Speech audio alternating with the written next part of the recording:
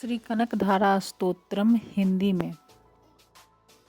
जैसे भ्रमरी अर्थ खिले कुसुमों से अलंकृत तमाल तरु का आश्रय लेती हैं, उसी प्रकार जो प्रकाश श्री हरि के रोमांच से सुशोभित श्री अंगों पर निरंतर पड़ता रहता है तथा जिसमें संपूर्ण ऐश्वर्य का निवास है, संपूर्ण मंगलों की अधिष्ठात्री देवी भगवती महालक्ष्मी की वह दृष्टि मेरे लिए मंगलदायी हो। जैसे भ्रमरी महान कमल दल पर मंडराती रहती हैं, उसी प्रकार जो श्री हरि के मुखारविंद की ओर बराबर प्रेम पूर्वक जाती हैं और लज्जा के कारण लौट आती हैं, समुद्र कन्या लक्ष्मी की वह मनोहर मुग्ध दृष्टिमाला मुझे धन संपत्ति प्रदान करें। जो संपूर्ण देवताओं के अधिपति इंद्र के पद का वैभव विलास देने में समर्थ हैं, मधुहंता श्री हरि को भी अधिकाधिक आनंद प्रदान करने वाली है तथा जो नील कमल के भीतरी भाग के समान मनोहर जान पड़ती है, उन लक्ष्मी जी के अध खुले नेत्रों की दृष्टि क्षण भर के लिए मुझ पर थोड़ी सी अवश्य पड़े। शेष साई भगवान विष्णु की धर्म पत्नी श्री लक्ष्मी जी के नेत्र हमें ऐश्वर्य प्रदान करने वाले हों, जिनकी पुतली तथा बरौनियाँ अंगनंग के वशीभूत हो, अध खुले किंतु साथ ही निर्निमेष नैनों से देखने वाले आनंद कंद श्री मुकुंद को अपने निकट पाकर कुछ तिरछी हो जाती हैं। जो भगवान मधुसूदन के कौस्तुभ मणि मंडित वक्षस्थल में इंद्र नीलमय हारावली सी सुशोभित होती हैं तथा उनके भी मन में प्रेम का संचार करने वाली है, वह कमल कुंज वासनी कमला की कटाक्ष माला मेरा कल्याण करे। जैसे मेघों की घटा में बिजली चमकती है, उसी प्रकार जो कैटभ शत्रु श्री विष्णु के काली मेघमाला के श्याम सुंदर वक्षस्थल पर प्रकाशित होती है, जिन्होंने अपने आविर्भाव से भृगु वंश को आनंदित किया है तथा जो समस्त लोकों की जननी है, उन भगवती लक्ष्मी की पूजनीय मूर्ति मुझे कल्याण प्रदान करे। समुद्र कन्या कमला की वह मंद अलस मंथर और अर्धोन्मीलित दृष्टि, जिसके प्रभाव से कामदेव ने मंगलमय भगवान मधुसूदन के हृदय में प्रथम बार स्थान प्राप्त किया था, यहाँ मुझ पर पड़े। भगवान नारायण की प्रेयसी लक्ष्मी का नेत्र रूपी मेघ दया रूपी अनुकूल पवन से प्रेरित हो दुष्कर्म रूपी धाम को चिरकाल के लिए दूर हटाकर विषाद रूपी धर्मजन्य ताप से पीड़ित मुझ दीन रूपी चातक पर धन रूपी जलधारा की वृष्टि करें। विशिष्ट बुद्धि वाले मनुष्य जिनके प्रीति पात्र होकर जिस दया दृष्टि के प्रभाव से स्वर्ग पद को सहज ही प्राप्त कर लेते हैं, पद्मा की वह विकसित कमल गर्भ के समान कांतिमय दृष्टि मुझे मनोवांछित पुष्टि प्रदान करे। जो सृष्टि लीला के समय वाग देवता के रूप में विराजमान होती हैं तथा प्रलय लीला के काल में शाकंभरी अथवा चंद्रशेखर वल्लभा पार्वती के रूप में अवस्थित होती हैं, त्रिभुवन के एकमात्र पिता भगवान नारायण की उन नित्य यौवना प्रेयसी श्री लक्ष्मी जी को नमस्कार है।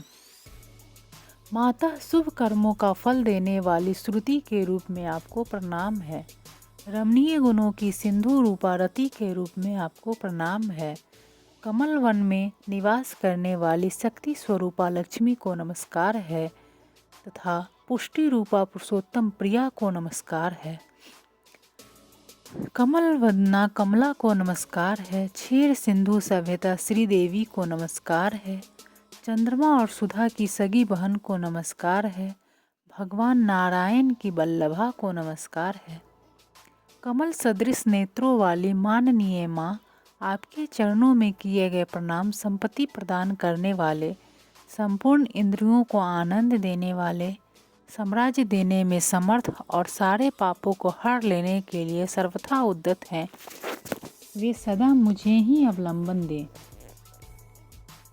जिनके कृपा कटाक्ष के लिए की गई उपासना उपासक के लिए संपूर्ण मनोरथों और संपत्तियों का विस्तार करती है, श्री हरि की हृदयेश्वरी उन्हीं आप लक्ष्मी देवी का मैं मन, वाणी और शरीर से भजन करता हूँ।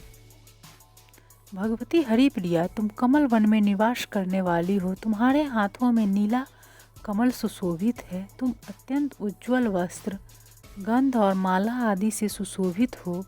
तुम्हारी झांकी बड़ी मनोरम है। त्रिभुवन का ऐश्वर्य प्रदान करने वाली देवी, मुझ पर प्रसन्न हो जाओ।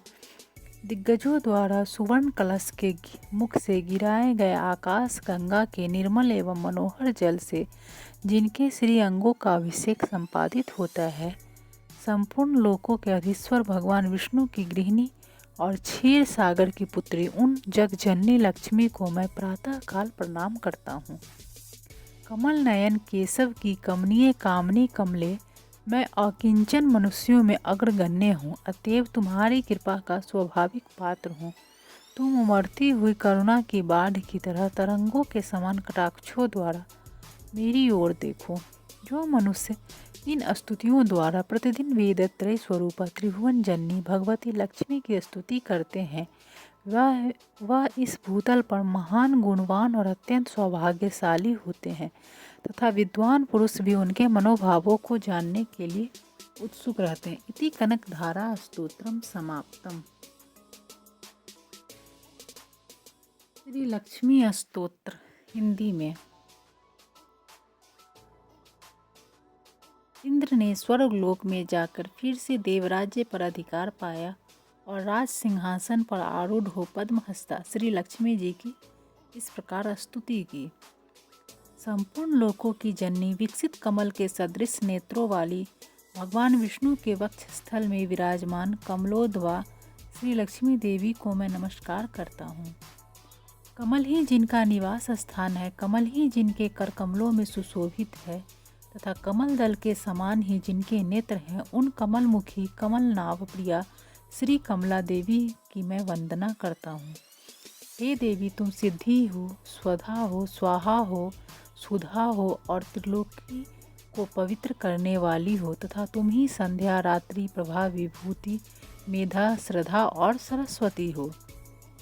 हे शोभने, यज्ञ विद्या, महाविद्या और गुह्य विद्या तुम ही हो तथा हे देवी, तुम ही मुक्ति फलदायिनी आत्मविद्या हो। हे देवी, आन्वीक्षिकी, वेदत्रयी, वार्ता और दंड नीति भी तुम ही हो। तुम ही ने अपने शांत और उग्र रूपों से इस समस्त संसार को व्याप्त कर रखा है। हे देवी, तुम्हारे बिना और ऐसी कौन स्त्री है जो देव भगवान गदाधार के योगी जन चिंतित सर्व यज्ञमय शरीर का आश्रय पा सके। हे देवी, तुम्हारे छोड़ देने पर संपूर्ण त्रिलोकी नष्ट प्राय हो गई थी, अब तुम्ही ने उसे पुनः जीवन दान दिया है। हे महाभागे, स्त्री, पुत्र, गृह, धन, धान्य तथा सुहृदय ये सब सदा आप ही के दृष्टिपात से मनुष्यों को मिलते हैं। हे देवी, तुम्हारी कृपा दृष्टि के पात्र पुरुषों के लिए शारीरिक आरोग्य, ऐश्वर्य, शत्रु पक्ष का नाश और सुख आदि कुछ भी दुर्लभ नहीं है। तुम संपूर्ण लोकों की माता हो और देव भगवान हरि पिता हैं। हे माता, तुमसे और श्री विष्णु भगवान से यह सकल चराचर जगत व्याप्त है। हे सर्व पापनी मातेश्वरी, हमारे कोष, गोष्ठ, गृह, भोग सामग्री, शरीर और स्त्री आदि को आप कभी न त्यागे, अर्थात इनमें भरपूर रहें।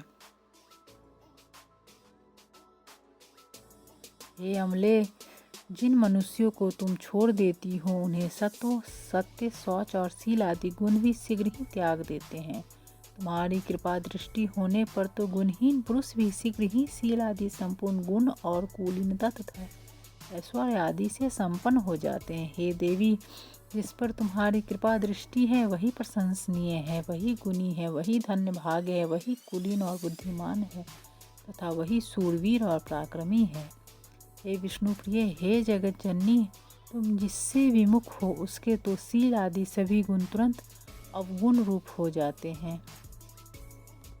हे देवी, तुम्हारे गुणों का वर्णन करने में तो श्री ब्रह्मा जी की रचना भी समर्थ नहीं है, फिर मैं क्या कर सकता हूँ। अतः हे कमल नयने, अब मुझ पर प्रसन्न हो और मुझे कभी न छोड़ो। हे द्विज, इस प्रकार सम्यक स्तुति किए जाने पर सर्वभूत स्थिता श्री लक्ष्मी जी सब देवताओं के सुनते हुए इंद्र से इस प्रकार बोली। हे देवेश्वर इंद्र, मैं तुम्हारे इस स्तोत्र से अति प्रसन्न हूँ। तुमको जो अभिष्ट हो वही वर मांग लो, मैं तुम्हें वर देने के लिए ही यहाँ आई हूँ। इंद्र बोले, हे देवी, यदि आप वर देना चाहती हैं और मैं भी यदि वर पाने योग्य हूँ तो मुझको पहला वर तो यही दीजिए कि आप इस त्रिलोकी का कभी त्याग ना करें। और हे समुद्र संभवे, तुम दूसरा वर मुझे यह दीजिए कि जो कोई आपकी इस स्तोत्र से स्तुति करे उसे आप कभी न त्यागें।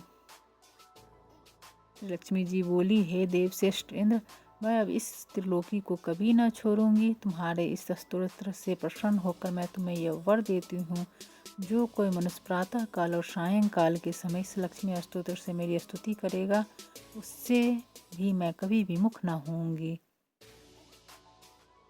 इस प्रकार श्री विष्णु महापुराण में श्री लक्ष्मी स्तोत्र संपन्न हुआ।